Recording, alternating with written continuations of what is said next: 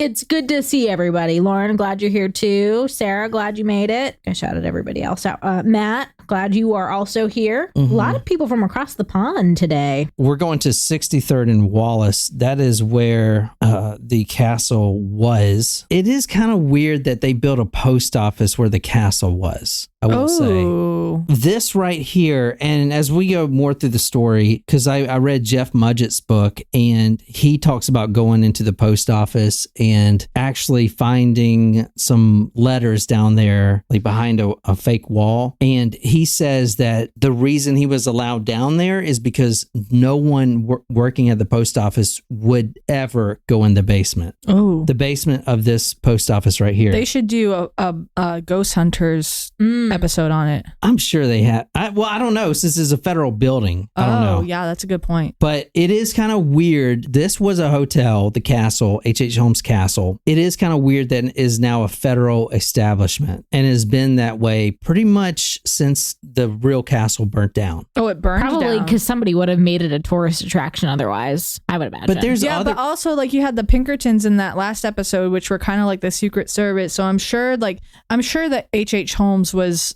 involved politically enough like to have this set up ahead of time. Maybe. That's a good point. Like maybe not necessarily being a post office, but like he would turn over his property to the federal government if they did not convict him or kill him off.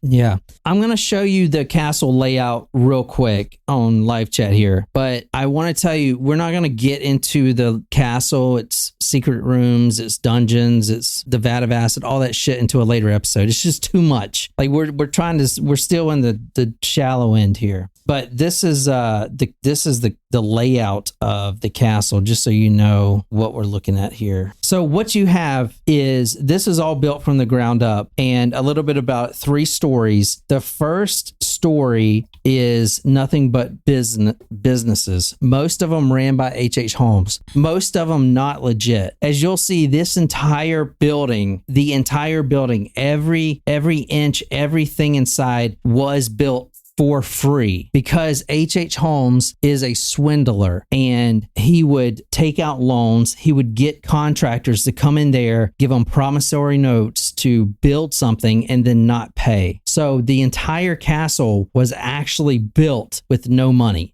Anyway, so the first floor, you would have businesses. You would have a jewelry shop, which is where we're going tonight, and a barber shop. You would also have he created a glass bending shop. Now this is stuff that he would create to swindle money. There was literally no legit business in this whole hotel.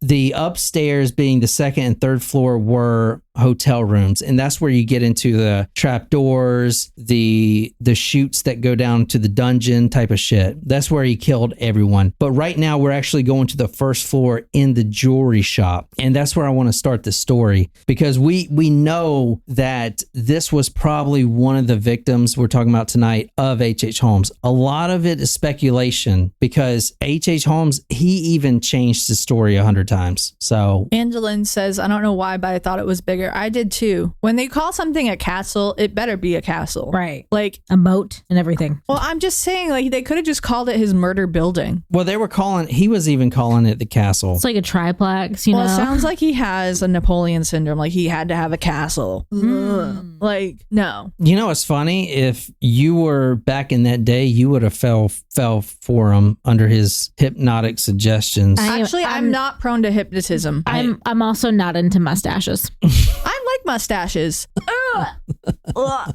No, I can't do it. I think they're charming. It depends on the person, though. I think. Nope. Sorry, I don't do facial hair. Matt says White Castle. I like facial hair. I do. Not. I don't like long beards. I don't like that. But a nice groomed beard or scruffle. I like that. I can't open this. I like facial hair, but only on women.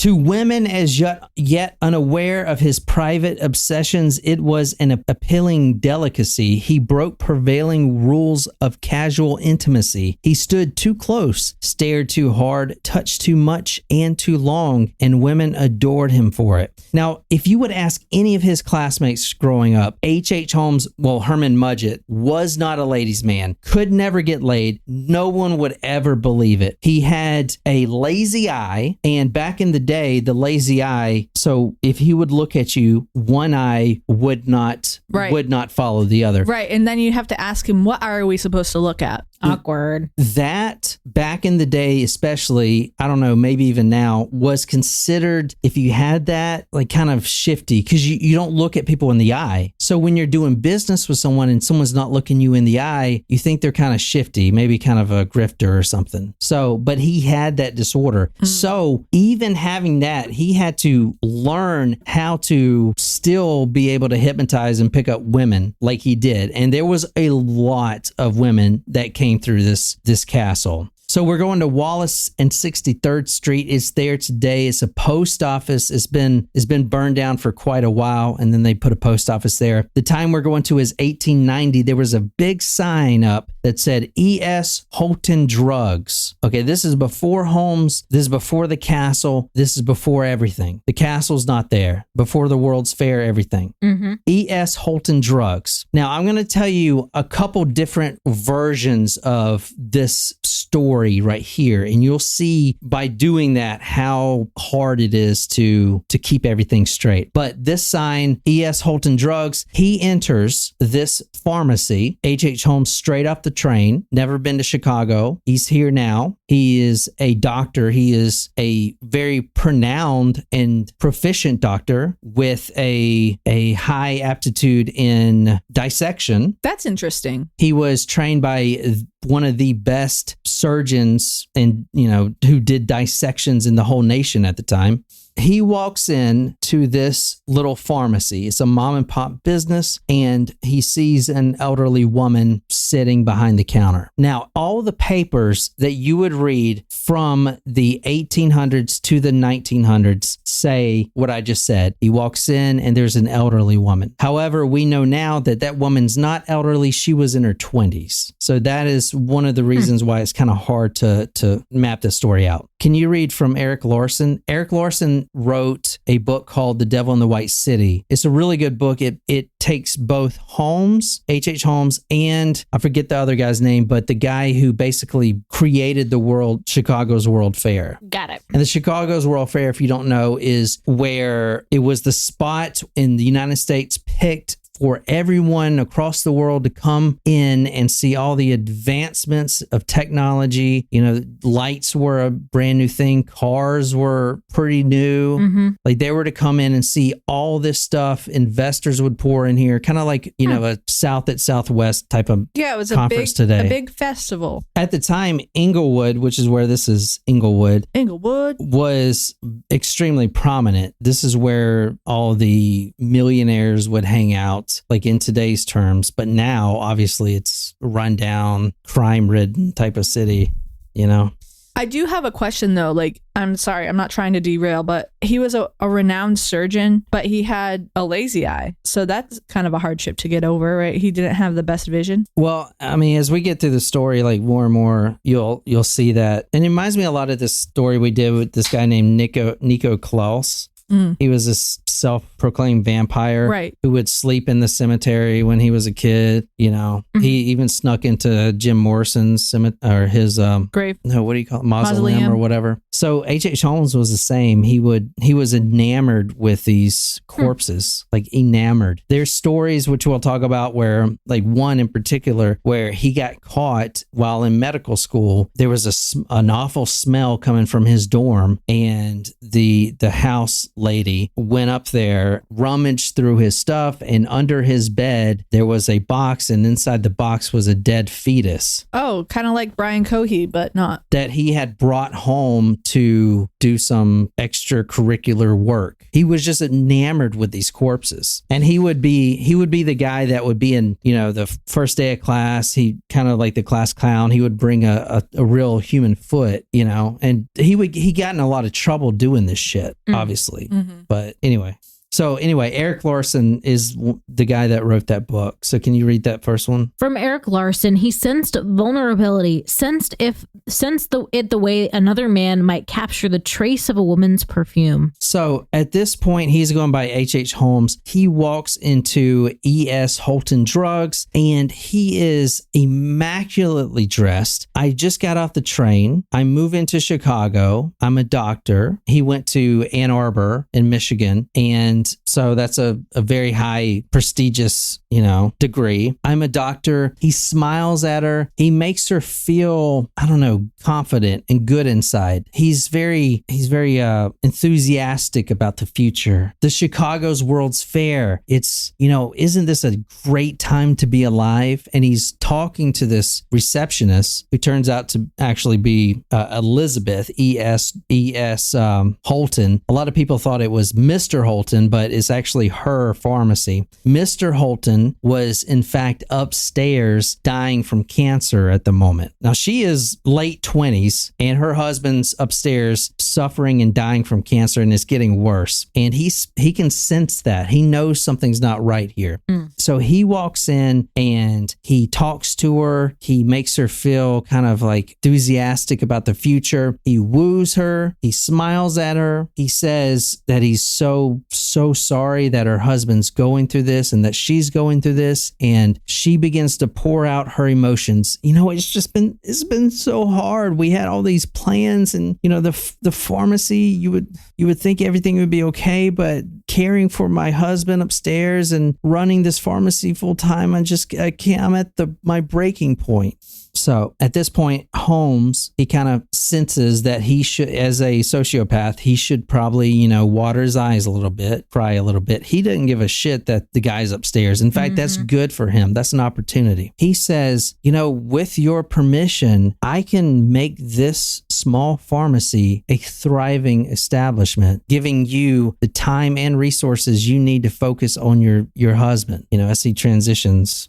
Now, eventually, Mr. Holton died, and Holmes offers the widow money for the store, saying that she could even live up in the second apartment. He couched his offer in prose that made it seem as if he were proposing the purchase not to benefit himself, but solely to free the grieving Mrs. Holton from the burden of work. He touched her arm as he spoke. After she signed the deed over to him, he stood and thanked her with tears in his eyes. Almost immediately, he puts up the H.H. Holmes pharmacy sign. Now, here's a quick run through of his dealings with finances and this stuff. He doesn't actually want to pay for anything. So he offers her money. He's usually not going to pay it. However, what he did was take all of the expensive items and he basically liquidates them. He goes around town and sells them. He also does the same thing with different businesses around there. For instance, there was this multiple bike rental companies at the time in Chicago. He would go to each one, rent 2 bicycles from each one, saying, I'm a doctor, just talk them up. Because, we didn't have credit reports back then, social security numbers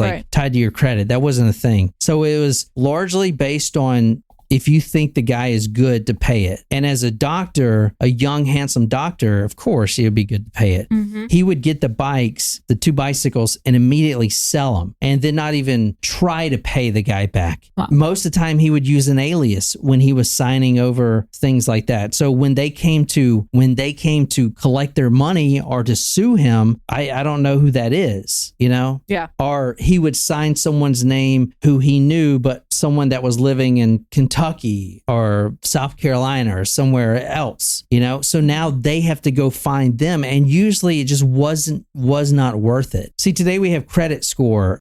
So you can't do that because people just wouldn't lend you shit. Right. But back then you could do it if you were a talker and, he had loans all over the country. Honestly, I'm surprised he didn't get killed off way before he hanged because of all the creditors creditors. For instance, as we'll talk about, he bought a vault for the hotel when he finally builds the hotel. This pharmacy we're in now is actually across the street from the hotel that he's going to build. But when he gets the hotel built, he gets this vault put in, this massive vault, and he makes a credit loan application. Yes, I'll pay this much every week, this, that, and the other. Okay, that's great. They install it. He starts putting up the walls. Everything's good. They come to collect their first payment on this big vault, and he says, you know what? I'm just not going to pay you. I'm not going to pay you. You can take the vault back though, because I'm not going to pay you. I'm not going to pay you a cent, but go ahead and take the vault back. But if you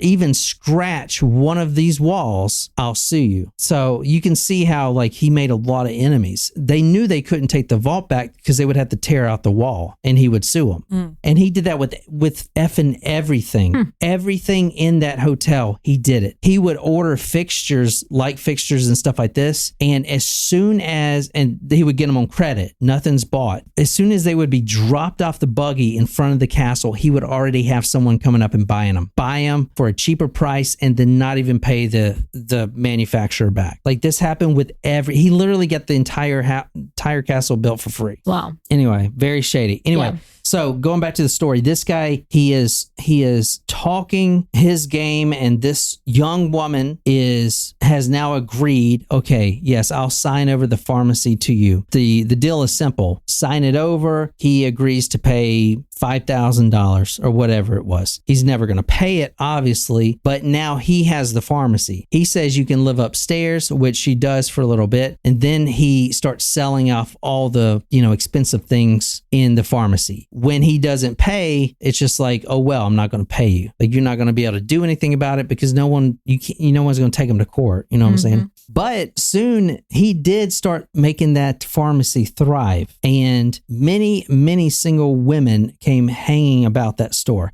Now, we don't know what happened to Mrs. Holton. From most accounts, the husband ended up dying from cancer, and then H.H. Holmes did something with her. Yeah, that's what it sounds like. He told a lot of people that she went to California visiting a friend, but we actually do not know what happened to her. One of the books I've been reading says that he had mapped Miss Holton out in California and that she's still alive, but honestly, or not still alive now, but that he didn't kill her. Yeah. But it was just one of the other ones that we just don't know. My money would be on he killed her. Same. Brandon says it wasn't me, it was Patricia. Isn't that from not Glass, it's part of that trilogy. Split, right? And then there's a third one. I did not watch those. So I haven't either, but it's on my list. The H.H. Holmes Pharmacy is a thriving business. He is very entrepreneurial. He is selling his own mineral water, right? Stuff like that, which was popular, but it was straight from the tap. Maybe if he started selling alkaline water, we'd all be better off. It wasn't even straight from the tap. It was straight from the sewer. Straight from the city's water main. He had tapped into the city's water main, said he had told the city multiple times that he had his own artisan well. He tapped into the water main, then flavored the water, made it real blue and sparkly, and then sold it for a huge markup as mineral water. And it was just, it wasn't even tap water. He didn't want to use his own water. He tapped into the mains. Wow. I mean, you kind of have to admire his entrepreneurism, but not a weird way. But not murdery. Just kind of not admiring the murdery part of him. But he's very ingenious. But he's a schemer. He's literally everything in his life is like that. But that's what made him successful, obviously, I guess. Anyway, at this point, the Holtons are out of the way. He has complete ownership of this new pharmacy, and it is thriving. At this point, you have a lot of women coming in to Chicago, getting off the train, knowing that this is the place that they can make a good living. This is where everyone's going. This is the spot, right? This is where everyone's going. So much opportunity here. So you would have these young women fresh out of high school, even some with some secretarial jobs that literally get off the train and go from shop to shop, seeing if they can get hired. Now, even back in the 1890s, they were hiring women? Yeah. You would need secretaries, That's true, I guess.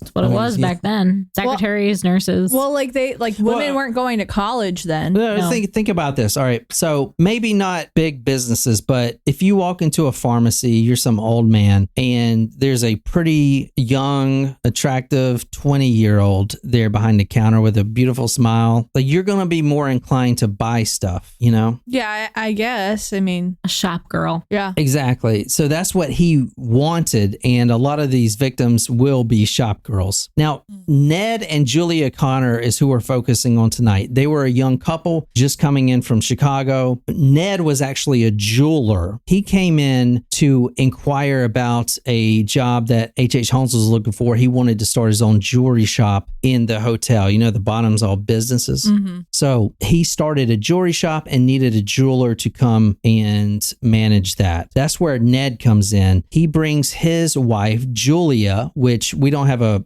picture, but apparently this is the best we got right here for Julia. She's kind of hot, I guess. I don't know. She looks like Lizzie Borden. That almost looks like a sketch of Lizzie Borden. Does it? It does. I mean, anyway, so she walks in here. Now, you got to remember, she is married to this guy named Ned, a jeweler, and they have a daughter, a little daughter named Pearl, who apparently was the sweetest girl in the world. Brandon says, oh no, Jen is obsessed now. No, I was just saying that she looks like Lizzie Borden. That's all I was saying. All right. Well, as soon as she walks in, like all the other girls you're going to see, H.H. Holmes is affixed with her. She is beautiful. He's never seen anyone so gorgeous. So she walks in and he's got to have her immediately. There's only one problem. Ned's in the way. Ned's kind of a pushover though. He is a jeweler. He makes decent money, but he's no doctor and he's kind of a yes man. How many people are born named Ned, do you think?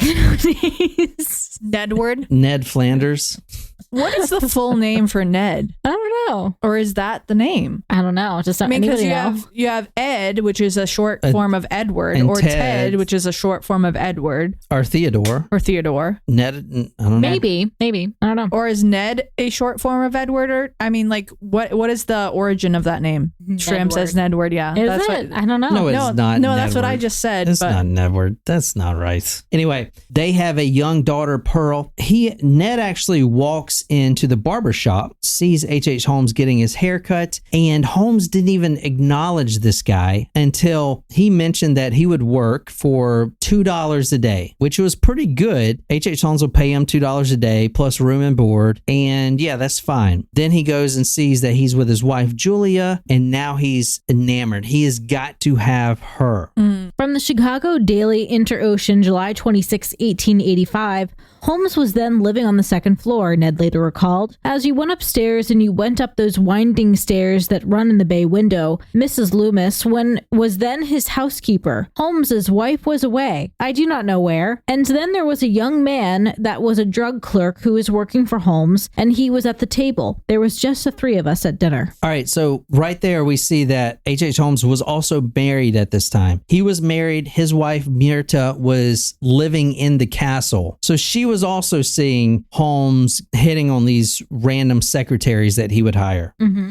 He began using Ned almost immediately. For instance, he had Ned sign his name to a bunch of promissory notes that Holmes said he would pay with interest. These are notes for loans for, like, let's say the marble countertops and the staircase rebuilding and stuff like that. Mm-hmm. All these promissory notes, he had no intention to pay, but he would use other people's names, like Ned, for instance. Hey, Ned, sign these. Now, when they come to sue anyone, they have to come to Ned. Usually Ned would never even know that he's in some kind of litigation because he's going to move on and it's going to be hard to contact these people. And he did this with everything. Anyway, he starts having him sign all these things and then he just defaults on the loans like everywhere else.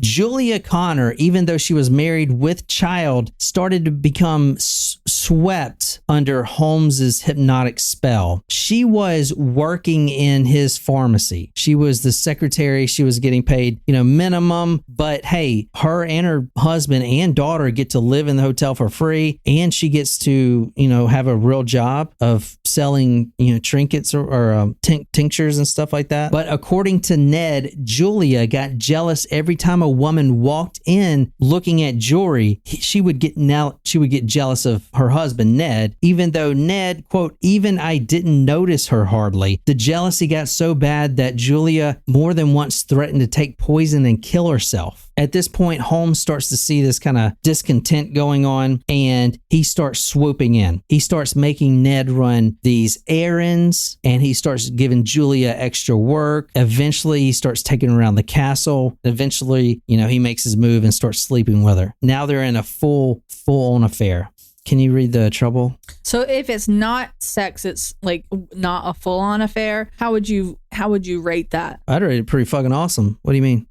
No, but I mean, like, if you're having an affair with someone, like. Well, you got to remember, his wife is living. Edward Holmes was married. Holmes was married at the time. Right, but I'm saying, like, to a woman that lived upstairs. Would you call it? At what point would you call it an affair? When he starts to catch his feeling, or like when he starts sleeping with her? Like, what would you call an affair? He never catches feelings. He's using everyone, even Julia Connor. The reason I'm doing Julia Connor's story is because this is the first victim that we know of. There's probably more, but the affair would go like he was trying to pull her away because I don't know why. He didn't have any feelings for her. He just wanted her. He just wanted her. Yeah, that's so. And then he got her. He thought he could have anything. The trouble first started through jealousy on her part, said Ned. We had several quarrels. Holmes acted to me as if he tried to keep the matter straight between us at first, but afterwards I learned differently. My wife seemed to take up with him right off. Holmes seemed to take up with her too. Ned started noticing this stuff, and this will really tell you Holmes's personality right now. Even though he's got this woman all for himself right now, and Ned knows it, he's going to put the nail in there even harder with this next quote. You'll see what I'm saying. From the Chicago Daily Inter-Ocean, he told me something no man on earth could have known if he had not been intimate with her, Ned recalled. He could have never got that information in any other way. So now Ned, who was living with his wife and his 6-year-old daughter, working for H.H. Holmes, making him money, so is his wife, is now seeing his wife having an affair with this young, handsome doctor. Holmes calls him in one day and says, listen, Ned, I'm going to give you the chance to get out of here. I don't want to see you again. Julie and I don't want to see you again. We just want you to get out of here. So here's what I'm going to do. I'm going to offer you a chance to own your own drugstore. All right. And to do that, all you have to do is sign this piece of paper. Now, he did own this little drugstore, and this wasn't anywhere near the castle. It was a couple blocks away. So he could own this for only $2. That was how much he was signing it for. $2. It was kind of take this and get out of here. We don't want to see you anymore type of shit. What Ned didn't realize until months later was that the pharmacy was actually heavily in debt. It owed a lot of creditors, which is now under Ned's name. He's the sole proprietor. Not only that, the day that Ned signed his name to the paperwork, that evening, Holmes went over there and raided all the expensive medicines out of the pharmacy. Dang. You know what you should call this episode? What? Better Off Ned. Yeah, maybe. Like, because that's where that quote came from, Better Off Dead. The movie Better Off Dead with John Cusack in The Paperboy, where he needs his $2 and he's like literally off a cliff. He's like, $2. Well, there you go. That could be a one. Good one. Sorry, I just came to me. So, but anyway, Ned's out the way. So now he's got what he wants, Julia. At least until another secretary walks in to take Ned's place. Another very attractive, this time blonde, secretary to take the place. And now Holmes wants what he doesn't have. And this is kind of not a good thing because at this point, Julia comes out and says, guess what? I'm pregnant. Oops. And Holmes is like, oh shit, we got to have an abortion type of thing. And that was not heard of back in the day, right? And he's only given a few abortions before. Now, while this is happening, Holmes is still taking out promissory notes under Ned's name and basically ruining the guy just for spite. I mean, he is just ruining this guy and he's not even in contact with him anymore. All right. Also, while having an affair, right when Julia says, hey, I'm pregnant, Ned's sister Gertrude Connor comes into the picture and is looking for a job. So now he's going to try to bed both of these, Ned's sister and Julia. All right. Now mean, he's getting a little brazen here. Yeah. Okay, so here's what we know about what happened to Julia. Julia says, hey, I demand marriage. I can't be a single woman with your child and not be married. Mm-hmm. I've already left my husband. You need to marry me. Yeah. But here's the thing. Holmes has a wife and she's upstairs. You know, she's living there. He's like balancing all this shit, right? They don't know about each other or... Oh, she doesn't know about the wife? Well, I don't know if she didn't know or whatever, but she was With his child. No, Myrta was his wife. No, Julia was pregnant with his child. Exactly. Right. Now, Myrta also didn't know about Holmes's first wife, which they were still married at the time too, which we're going to get to that later. Oh, so he's a bigamist. Yeah. He just never divorces the old ones. That's like that documentary I just watched on, I don't remember what channel, but about this guy that has like a whole bunch of wives. It's current. I mean, it was really good. I don't remember the name of it though, but I'll get back to you on the Discord with it. What was the name of it? She doesn't remember, she said. But I will find it. I will follow up on the Discord with it. All right. It was very good. She is demanding a marriage and he doesn't want that, especially he doesn't want a kid. So finally he says, you're right, Julia, we do need to get married. And she's happy. She's so elated. This is the best thing ever. You look at me. So she is now excited and she starts planning for this, this grand wedding because she doesn't know that this guy is literally heavily in debt that he's never going to pay. But there's creditors always coming up, demanding money. She just thinks that, this young, handsome doctor, who has his own brand of mineral water and a lazy eye, he's going to take me to the stars. You know what I'm saying? So fly me to the moon. He says, okay, I'll marry you under one condition. And that condition is you get an abortion. Now, unfortunately, I can't, no one can tell you exactly what happened. He didn't confess directly to this murder, but of the child? Of both. So he wanted her to get an abortion that he was going to perform, but he was really killing her off because he didn't want her to tell anyone about her and the child that he murdered, because he said he would marry her if she had an abortion, but then if she had an abortion, then she wouldn't be pregnant with his child. So technically he wouldn't have to marry her. Well, we know that he killed her. That's what we know because he changed the story twice. He said, and he confessed once, that I was trying to do an abortion and it killed her. We don't know what drugs he used, but he did give her a drug. Most likely it was laudanum, which he would use. He would give a high dose of laudanum and that would kill off anyone real quick. However, some have speculated that perhaps he really did botch the abortion and kill her. But I don't see it. I think he killed her on purpose. I would agree with that. We just don't. We honestly, this story is hard to do because I don't want to present wrong information, but also we don't really know.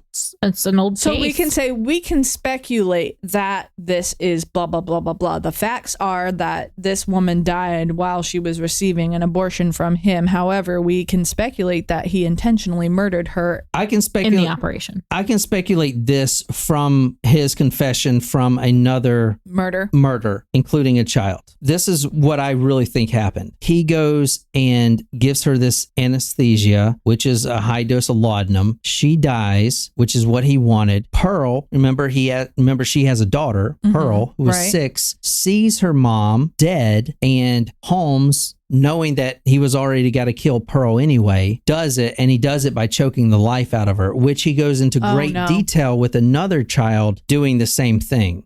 He gets great pleasure from that. Choking the child? Choking the child. Well, I wish he hanged that day. He's not a good person. He is not a good person. Okay. No. Anyway, this is what we do know from this story. Can you read about the human blood? I mean, can we really argue the fact that anyone that we've ever covered on this case has been a good person that committed a crime? Yeah, Gypsy Rose, Shayna Hubers. They're all female. Courtney Cleaney. She's not a good person. They're not good people. Human blood was in the castle, bespattered from one room to another. There was found in the castle by the detectives and a medical expert a trail of blood leading from the doorway of the dining room of Mrs. Julia L. Connor to a sink in the same room, from there to a dark chamber where she and Pearl formerly slept, and from there to the inside of the door opening into the bathroom where a secret trap door was, on the baseboard of that room above the trap door, and down onto the secret staircase which led to the false elevator shaft and thence into the basement. There, they started finding bones. Now, detectives will find a lot of bones and a lot of blood stains in the murder castle. They'll also find trap doors. They'll find like floors that drop down into the dungeon, stuff like that. A lot of stuff that's in the post office. Like a carnival at the Chicago World Fair. Yeah, kind of. They'll find torture chambers. It reminds me a lot of that case we did, the Petio case, where that where he was killing those Jewish people, but he would put them in like the room and gas them and stuff. Yep. Yeah. What we do know about these murders is that he took a lot of pleasure in murdering. So you can pretty much assume that anything he did to like prolong the death type of thing. You know what I'm saying? Yep. Yeah. Can I ask a question that is going to sound really dumb coming from my mouth, considering we've been doing this for what, like 6 years now? I mean, if you want to have people perceive you that way, that's fine. I don't care. But like, is there a term for someone who is like, and I probably know the answer to this, but you know, my alter ego is coming out a little bit right now. We'll name her Drunk Jen. I mean, we already know that she's visiting right now. So, like that gets sexual pleasure from murdering. Is there a like something file or something whatever? Like a sadist? Not a sexual sadist. No, Like from the act of murder, like the murdering gets them off. Oh, I don't know. Maybe horngry? No, Not horngry. Not quite it. Masochist? me file. Shram said. JK. Okay. From the Black Hills Union, August 2nd, 1895, more bones found. Chicago, July 26th, before the police had been at work in an hour this morning, 2 more human bones were found motoring in the damp earth in the basement. With them was a bit of discolored cloth, apparently a portion of a woman's dress.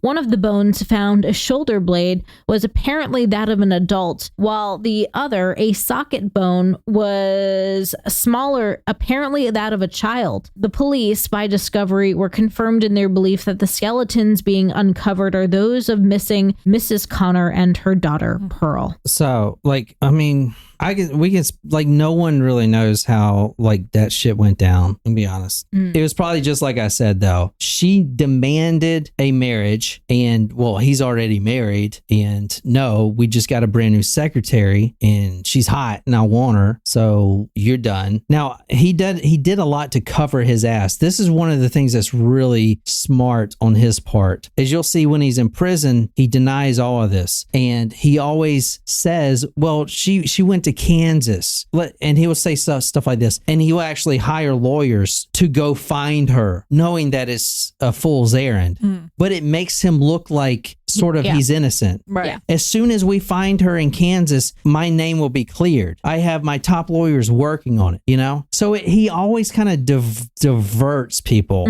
You know what I'm saying? Yeah. So that's really how he covers his tracks. He actually writes Julia's mother about 11 months after he killed her. 11 months after he killed both her and her 6-year-old daughter. He writes the mother, and I think he's getting sexual pleasure off doing this shit, like writing the mother, stuff like that. Like he's getting some kind of enjoyment. Like knowing that he killed her. Exactly. Because he writes the mother and says, quote, will kindly communicate with Mrs. Connor to say her for me that it is absolutely necessary for us to hear from her with regard to the suit in which she is interested as a witness. And that's all he wrote to the family. You know, they're saying, oh, Julia has some creditors or something in a suit that she had signed her name to, you know, under Holmes's direction. Now they're coming. So can we find her? Like, is she at her parents' house? She at your house? You know what I'm saying? So now he can bring the letter to court and saying, and say stuff like, I didn't kill her. I mean, why would I write her this letter trying to find her? I've been trying to find her. You know what I'm saying? Yeah. Like he's always diverting.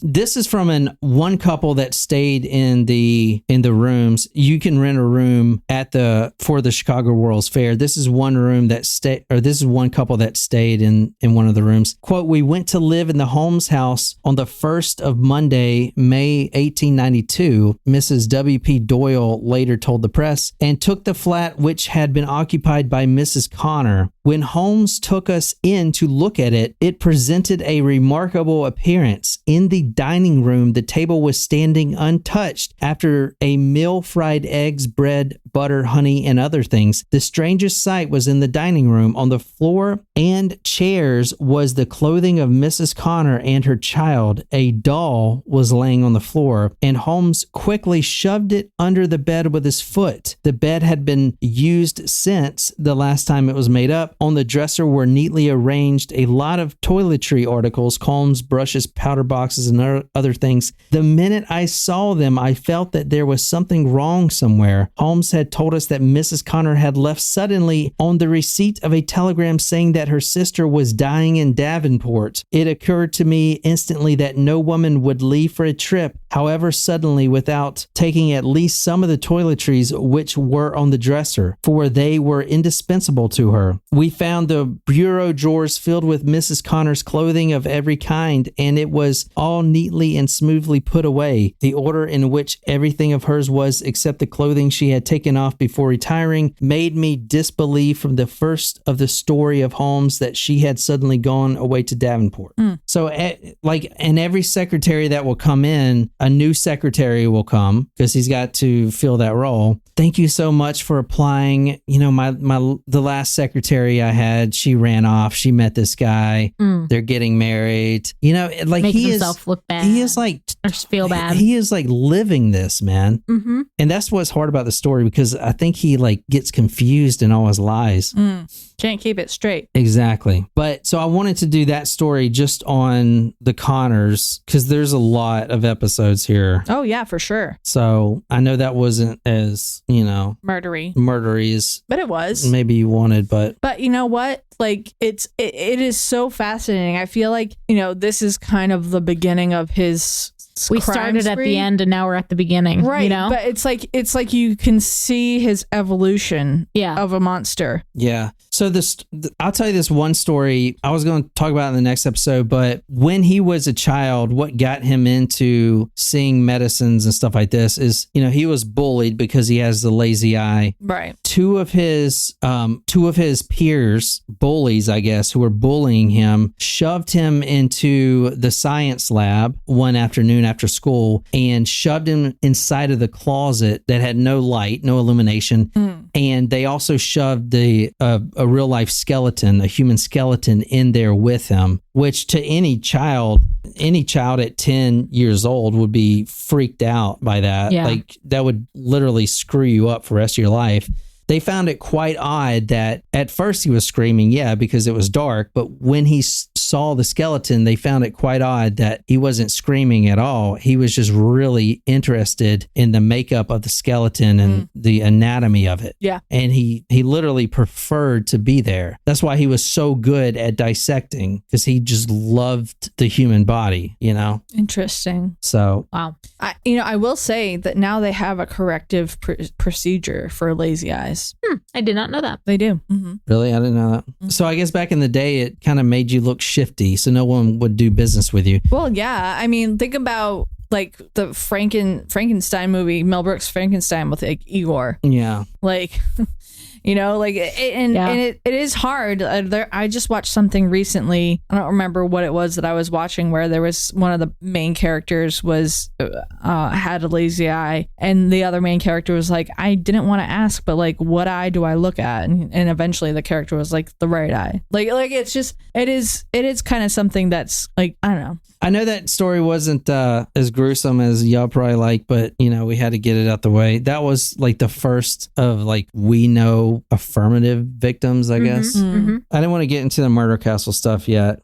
It's just kind of sad to think that one of his first victims was his own child. Well, so he probably killed a lot more before that, but like That's what we know. Confirmed though that we Yeah. have from him. I mean, he's been like, so he Didn't he start with like fraud in other places, or did that happen also after? no, he's been frauding since he was a little kid. Like there's stories from his teachers. He's like one of those kids that goes sells those roses downtown Yeah. that wants you to pay $20 for a rose. They like hand it to you and they're like, here, this is for you. And you're like, oh my gosh, thank you. And they're like, okay, that's $20. And it's like, no, I don't want this. And like, no, you took it, so you owe me $20. No, here's what you do. When someone offers you a rose like that, I just say no. no, you take it, you grab it, and then you go, oh my God, it had a thorn in it. And then you put like some fake blood and then you sue them. I think John's probably the one that's therefore more likely like H.H.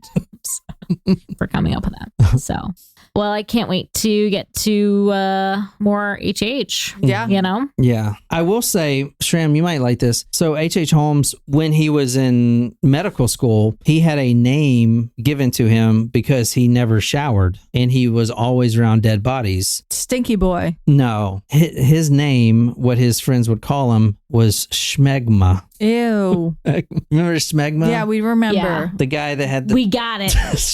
You don't need to say anything else. Yeah. All right. Well, that's it Well, for today. I know I've not released episodes all week. I know. so it was my fault. Talk about Don't it. worry about it. I don't even want to talk about it. Well, hopefully it will be back to normal and we'll do a few this week. That's the plan. Cool. Well, thanks for listening, guys. And until next time, good night, you lovely, lovely people.